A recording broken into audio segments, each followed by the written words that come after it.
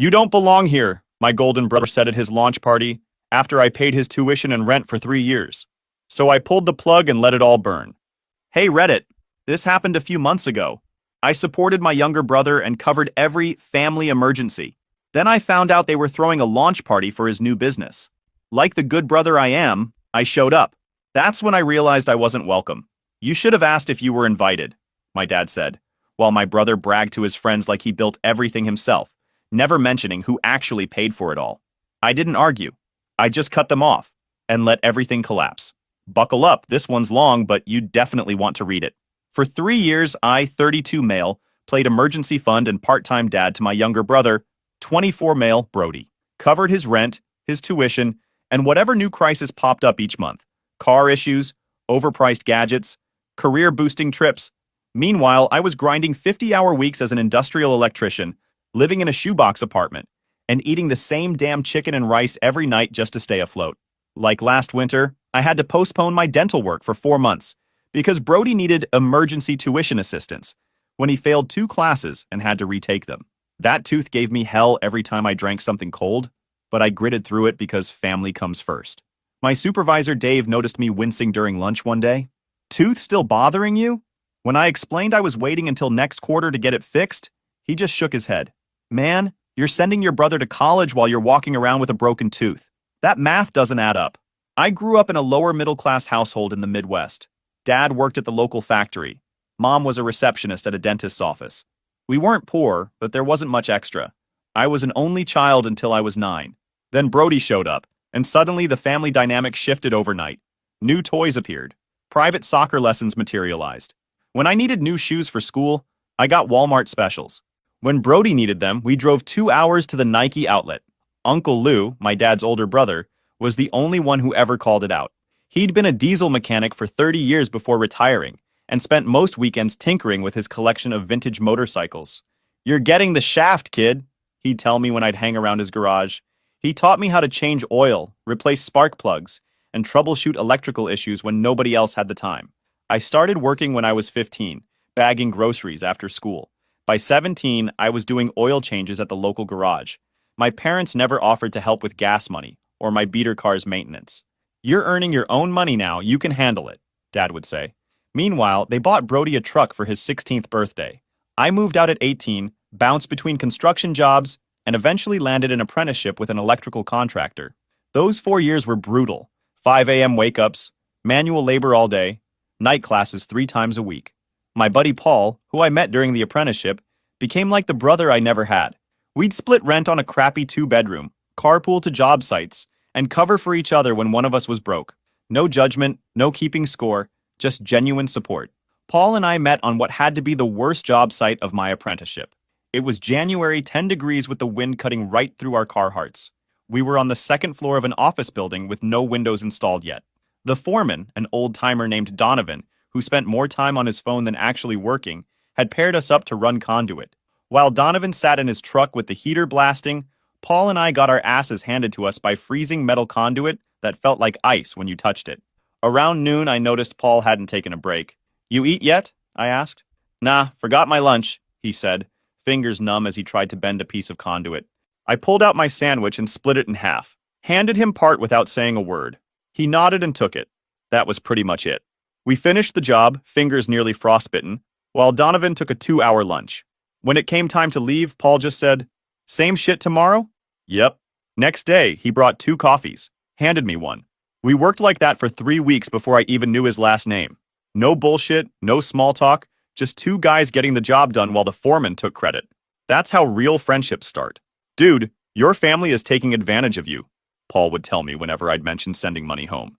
He wasn't wrong, but I kept thinking things would change once they saw I was serious about my career. I passed my journeyman exam on the first try, got my contractor's license at 26, started picking up side jobs on weekends, slowly built a reputation as the guy who shows up on time and doesn't cut corners. By 28, I had $40,000 saved up. Not life-changing money, but enough to feel secure for the first time. It was around then that Paul and I spotted it. A 1967 Mustang Fastback sitting behind a barn on a property where we were doing some electrical work.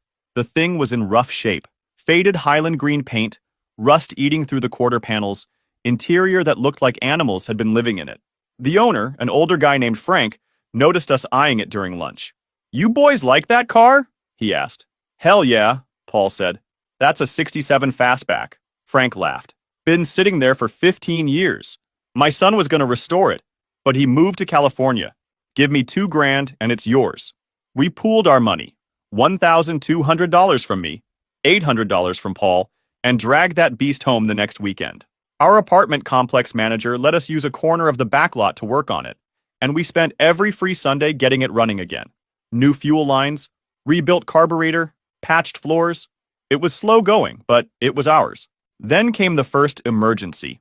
Brody had flunked out of his original college after partying for 2 years. My parents called me in tears. "He just needs another chance. A fresh start. You're doing so well now." I offered to help with his first semester at the new school, just to get him back on track. That one-time offer somehow morphed into an expected monthly contribution. My mom would text me the tuition due date with just the amount and a smiley face.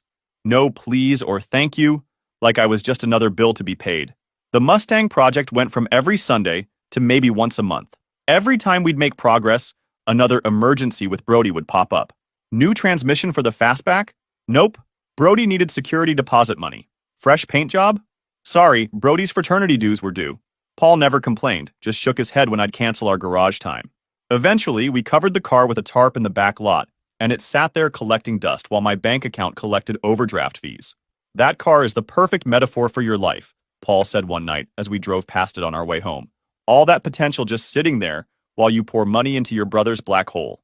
There were weekends when I'd work 16-hour days back to back, taking on emergency callouts that paid double, but left me so exhausted I could barely drive home. One Saturday night, I was replacing a failed circuit breaker at a restaurant downtown, my 4th job that day. My hands were cramping so badly I dropped my screwdriver twice. The restaurant owner brought me a coffee and asked if I was okay. "Just tired," I told him. Big weekend. What I didn't say was that Brody had called 3 days earlier, saying he needed $800 for a business leadership conference that was mandatory for his degree program. Turned out it was an optional weekend event that his fraternity brothers were all attending. I once spent 14 hours on a rooftop job in December. The client, a grocery store with an HVAC system on the fritz, needed power restored before their refrigeration failed. It was 25 degrees with a steady drizzle that would freeze as soon as it hit any surface, including my hands.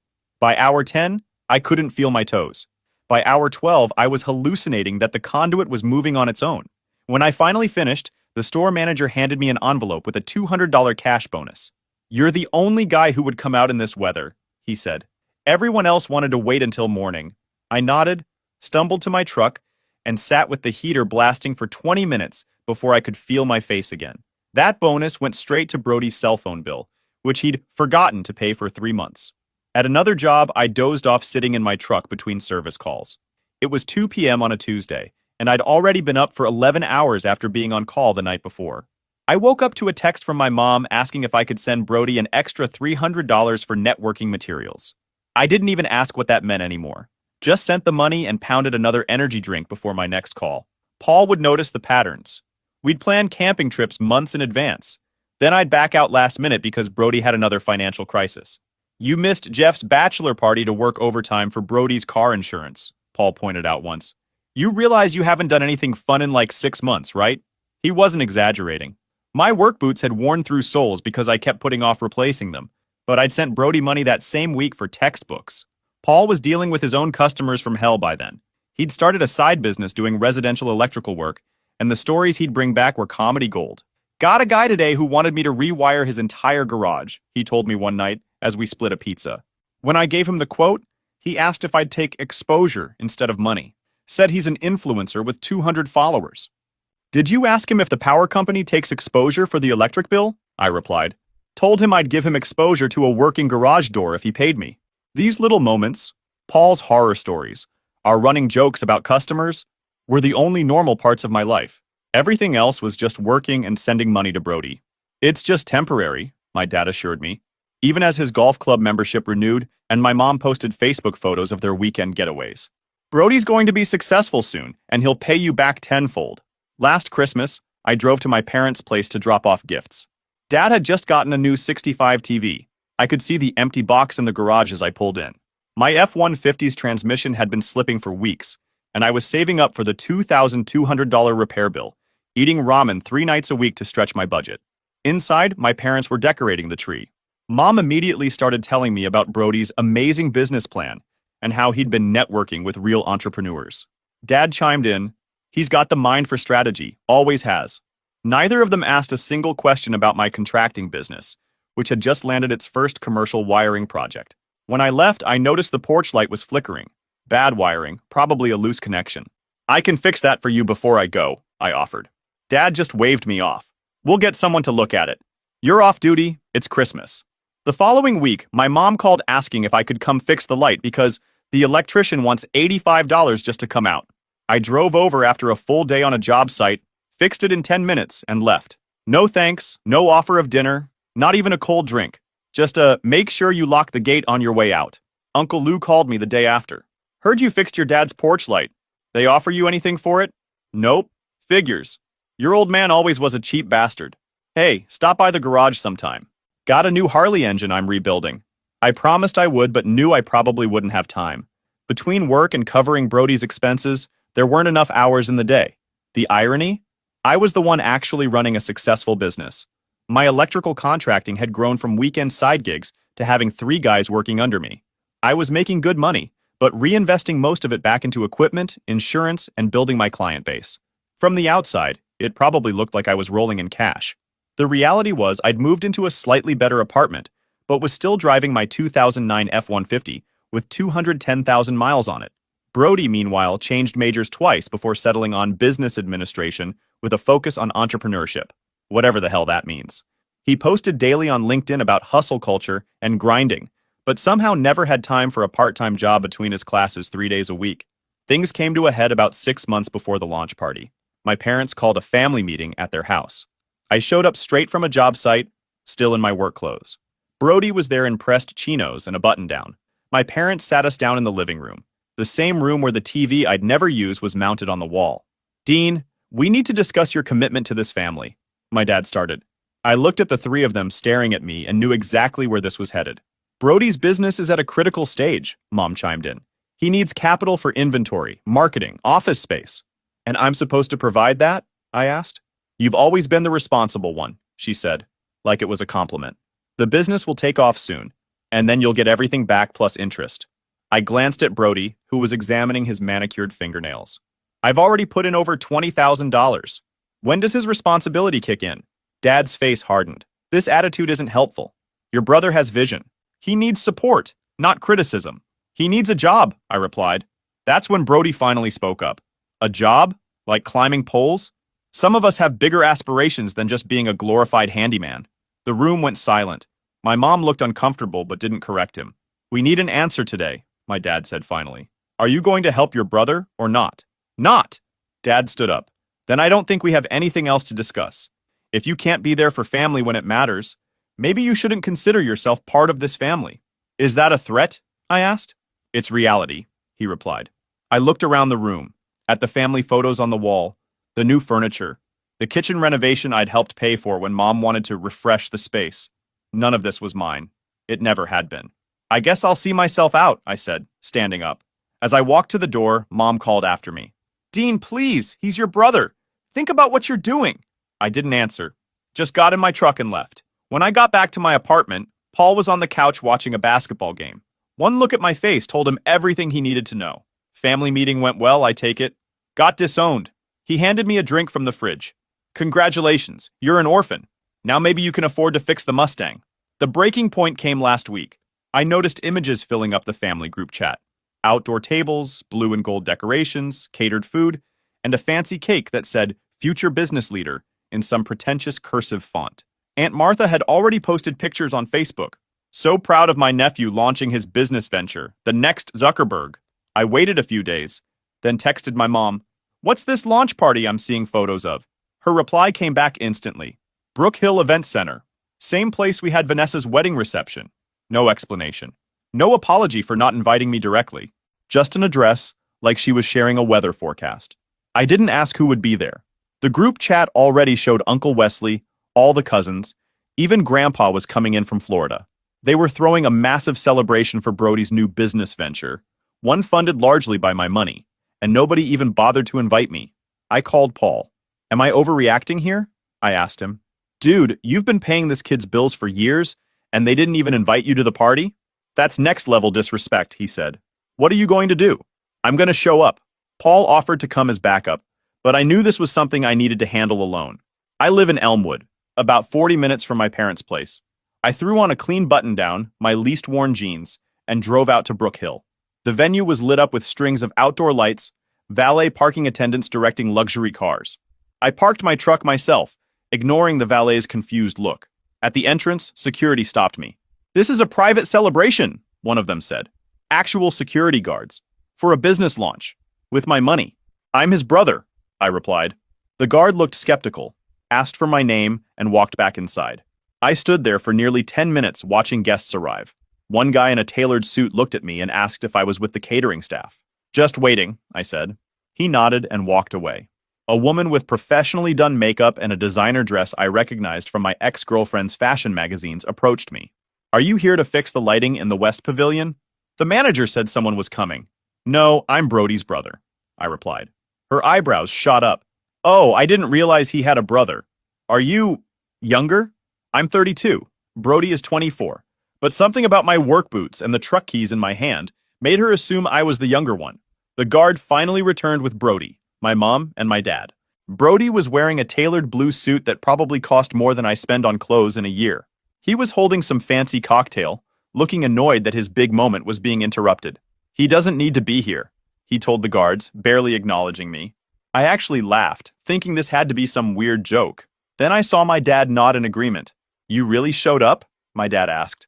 After everything you've been saying recently.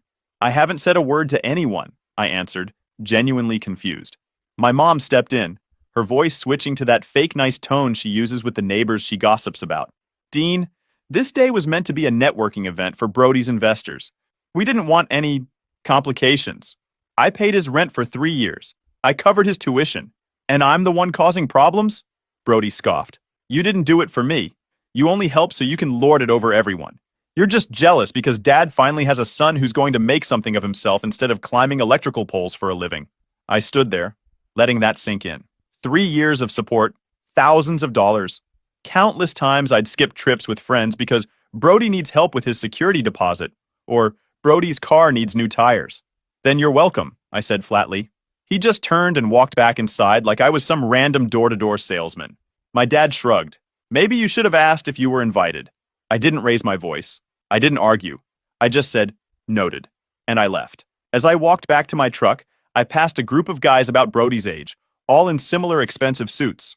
One of them looked at me, squinted, then said, Hey, don't I know you from somewhere? It was Kyle, Brody's roommate from his first college, the one I'd helped move furniture for, whose car I'd jumped when the battery died during winter break 2 years ago. I'm Brody's brother, I said. No way. I didn't know Brody had a brother. He turned to his friends.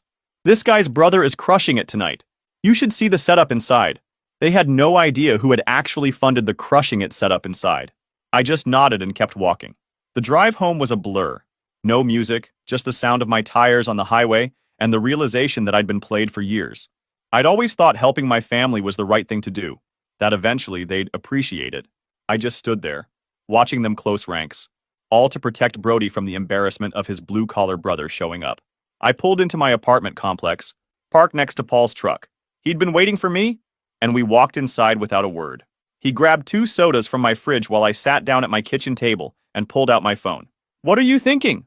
Paul asked as I started typing. I'm done, I replied, sending a text to Brody. Starting immediately, you'll need to cover your own expenses. All of them. Then I opened my laptop and got to work. First, I logged into my bank account and canceled all scheduled transfers to Brody. Then I pulled up the lease agreement I'd co-signed for his apartment. I'd made sure there was an out clause when I signed, one of the few smart moves I'd made in this whole situation. I filled out the form to remove myself as guarantor and sent it to the property management company. You co-signed his lease? Paul asked, looking over my shoulder. And his car loan, I replied, pulling up that account next. Brody had missed 2 payments already, which I'd covered without telling him. I contacted the bank and explained I wouldn't be making any more payments on his behalf. They warned me it would impact my credit if he defaulted, but I had documentation showing I'd made all previous payments. This would help in court if needed. Paul pulled a chair next to me. Man, you should have seen your face when you walked in. I knew it was bad, but he shook his head. What about that supply company you said he was working with? Didn't you put down some kind of deposit there too? He was right. I'd forgotten about the $2,000 equipment deposit I'd fronted for Brody's initial inventory order. I found the email from the supplier and shot them a message explaining that I was no longer financially involved in the business. What about the money they already owe you? Paul asked. Good question. I dug through my email, finding every transfer confirmation, every text where Brody or my parents had acknowledged the money was a loan. Need another loan for books. We'll pay you back when my business takes off. Just one more loan until next semester. I compiled everything, organized by date, and forwarded it all to my email. Around 10 p.m., my phone blew up. First Brody, then my mom, then my dad. I didn't answer. Then texts started coming in. WTF, the bank called about the car payment. You can't just back out of the lease like that? Call us right now. I turned off notifications and went to bed. Paul crashed on my couch, saying he wanted to be there when the shit really hits the fan. He wasn't wrong. The next morning at 6 a.m., someone was banging on my door. It was Brody, still wearing clothes from the night before, looking panicked. What the hell are you doing? He demanded when I opened the door. Exactly what I said I would. You're on your own now. You can't just pull out of everything overnight. I have investors now, a reputation to maintain. Should have thought about that before you called me the pole-climbing loser in front of everyone. His face went pale. You heard that? Your friend Kyle was recording your speech, posted it on Instagram, tagged everyone. He hadn't known that part. I hadn't either until cousin Olivia sent me the clip late last night. Brody had been giving a toast, thanking everyone who believed in him, then made a joke about how even my brother the electrician contributed, though he doesn't know it. He's basically our family ATM. Always good for a withdrawal, but not exactly boardroom material. Everyone laughed. My parents loudest of all. It was just a joke, he said. Don't be so sensitive. I'm not being sensitive. I'm being practical. You're 24 years old with a business degree. Figure it out. I can't make the rent without you. The launch is taking all my capital. Not my problem anymore. He switched tactics. Mom and Dad will have to cover it then. Is that what you want? They're getting older. They can't afford this. They managed to throw you a party at Brook Hill with an open bar and catering. They'll figure something out. He tried for another hour. Threats, guilt, even fake apologies. Nothing worked. Finally, he left, slamming the door behind him. Paul came out of the bedroom, having listened to the whole thing. You handled that like a pro, he said. What's next? That afternoon, I contacted a lawyer. Brought all my documentation, every transfer, every text message, where Brody or my parents acknowledged the money was a loan, not a gift. The lawyer was impressed with my record keeping. Most family financial disputes are a mess, he told me. But you've got timestamps, acknowledgments, consistent patterns. We can work with this. We drafted a demand letter for repayment of $27,450 in outstanding loans. They probably won't pay, the lawyer warned me. That's fine, I replied. I just want it on record. 3 days later, the first domino fell. I got a call from a number I didn't recognize. It was someone named Jason from SupplyWise Distribution. I'm trying to reach Brody regarding his outstanding invoice, he said. He gave us your number as an alternate contact. I'm not affiliated with his business, I told him. And I'm not covering any expenses. Oh, long pause. He indicated you were the financial backer. Not anymore. 10 minutes after that call ended, Brody texted, "What the hell did you say to my supplier?" I didn't respond. The next day, I got an email from someone named Darian, introducing himself as an angel investor in Brody's company. He was politely inquiring about certain financial discrepancies that had come to light and wanted to verify the status of the family funding component Brody had outlined in his business plan. I forwarded the email to my lawyer, who advised me on a carefully worded response, explaining that I had no financial involvement in the business and had never agreed to be part of any investment structure. What followed was a systematic dismantling of the house of cards my brother had built. 5 days after the party, Brody's Instagram went dark. No more daily motivation quotes or business updates. A mutual friend texted me, "Heard Brody's freaking out about money." What happened? 3 days later, his car was repossessed. A week after that, he received an eviction notice. His business venture, some dropshipping scheme selling overpriced fitness supplements, fell apart when he couldn't make payments to his suppliers. The real beauty of it? I didn't have to do anything active. I just stopped preventing the natural consequences of his actions from catching up to him. All those years, I'd been the invisible safety net. Now gravity was doing its thing. 2 weeks after the party, Ryan, one of my regular clients who owns a gym, texted me. Just got the weirdest call from your brother trying to sell me on some supplements. When I mentioned I know you, he hung up. A local business owner I'd done electrical work for emailed, asking if I knew anything about Pinnacle Fitness Solutions, Brody's company, because they'd put in a large order, then suddenly stopped responding to communications. It was like watching a building implode from a safe distance. No explosives needed. Just remove the support beams and let physics take over. Uncle Lou called me as everything was going down. Heard your brother's business is taking a nosedive. That have anything to do with you? Just stopped covering his bills, I replied. About damn time, he said. Never understood why you were bankrolling that kid to begin with. Your parents sure as hell never helped you that way. Yeah, well, lesson learned. You doing okay? He asked. Your dad's telling everyone you screwed the family over. I'm fine, I told him. Better, actually. Good. Family ain't always blood, remember that. Some people earn the title, others just expect it. My parents finally showed up at my apartment 2 weeks later. My mom was crying. My dad looked like he hadn't slept in days. Paul was over helping me pack some boxes. I'd already decided to take the Denver job, and he just nodded at them when they walked in, then continued taping up a box of kitchen stuff, giving us space but staying within earshot. You've destroyed your brother's life, my dad said. Was that your goal? My goal was to stop enabling him.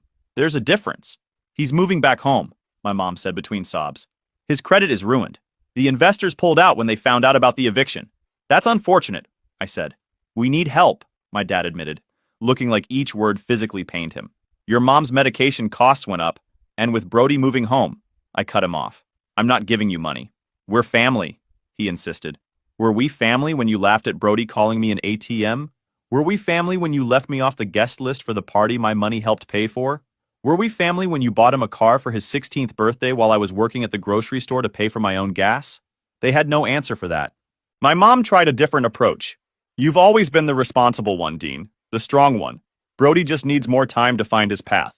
He's had 8 years of college and 3 business attempts. Time isn't the issue. My dad switched tactics. Your business is doing well. Everyone in town says you're the best electrician around. Would it really hurt you to help out a little while Brody gets back on his feet? Yes, it would hurt me. It's been hurting me for years. My mom wiped her eyes. Remember when you were little and you said you wanted to be just like your dad? Taking care of the family? Being the man of the house? I was 8, and I did take care of the family, financially at least, more than either of you. From the corner, Paul cleared his throat. My parents glanced at him, clearly uncomfortable having this conversation with an audience. The loan repayment paperwork is filed with the county, I told them. When you're ready to start paying that back, let me know. My dad's face hardened. This isn't over. Actually, it is. After they left, Paul looked at me. You okay? Better than I've been in years. I made 2 calls. First to my boss at the electrical company, accepting the promotion I'd been offered 3 times, but kept turning down because it required relocation to Denver. Then to a realtor about listing my apartment. The next 3 weeks were quiet, almost suspiciously so. Then Olivia texted again. Brody had to sell all his designer clothes on eBay. Mom's telling everyone you abandoned the family. A week later, Dad's asking relatives for loans. Nobody's giving them money. Then, Brody's business officially filed for bankruptcy. He had to surrender his laptop as part of the proceedings. I didn't respond to any of these. Just kept packing, working, and planning my move. Paul helped me pack up my life into a U-Haul. I'm gonna miss you, man, he said, but this is the right move. Clean break. He was right. As long as I stayed in town, they'd find ways to pull me back in. Mutual friends, family events, running into them at the grocery store. I needed distance, not just emotional, but physical. The Denver job came with a supervisor position, a $25,000 raise, and actual benefits. The company needed someone to manage their commercial projects, and my reputation for reliability had preceded me. For the first time in my life, I felt like my hard work was being recognized. 2 months later, I'm writing this from my new place in Denver. 3 bedrooms, mountain view, twice the square footage of my old apartment. The company gave me a $20,000 signing bonus and a company truck, a 2023 F-250 that still smells new. I've been putting in solid hours, building my team, and already got handed 2 major projects based on my performance. I've got a morning routine now. Up at 5:30, coffee on the balcony, watching the sun hit the mountains before heading to the job site. There's something about drinking that first cup without waiting for my phone to light up with some financial emergency from Brody. My new team lead, Jason, noticed my truck in the parking lot yesterday. That thing is clean, man. You must take good care of your stuff. Try to, I replied. Simple as that. A month into the Denver job, Paul flew out for a weekend. We'd been texting about the Mustang, which he'd trailered to his place after I left. Still got the car, he'd write. She starts if you whisper kind words and kick the fender twice. He'd been steadily working on it, sending me progress photos. New rear quarter panels, interior all stripped out and replaced, engine rebuild almost complete. When he arrived at my place with a duffel bag full of parts, I knew exactly what we'd be doing for the next 2 days. Brought the new distributor and carb kit, he said, dropping the bag in my living room. Found a guy who rebuilt the original. Should fit better than the after Brodiot crap we were looking at. We flew back the following weekend. Paul had rented a garage space near his place where the Mustang sat, looking almost unrecognizable from the junker we dragged home years ago. The Highland green paint had been redone. Not some fancy show car finish, just solid workmanship. The interior was simple black vinyl, period correct but nothing flashy. You finished the wiring harness, I said, noticing the clean installation under the dash. Yeah, figured an electrician's car should at least have functioning lights. He tossed me the keys. Want to see if she runs? 5 years of on and off work, thousands of dollars in parts, and countless weekends, all compressed into the sound of that 289 V8 turning over and catching on the first try. The exhaust note through the glass pack mufflers wasn't too loud, just a deep, steady rumble that felt right. We spent that Saturday tightening the last few bolts, adjusting the timing, and making sure nothing was leaking.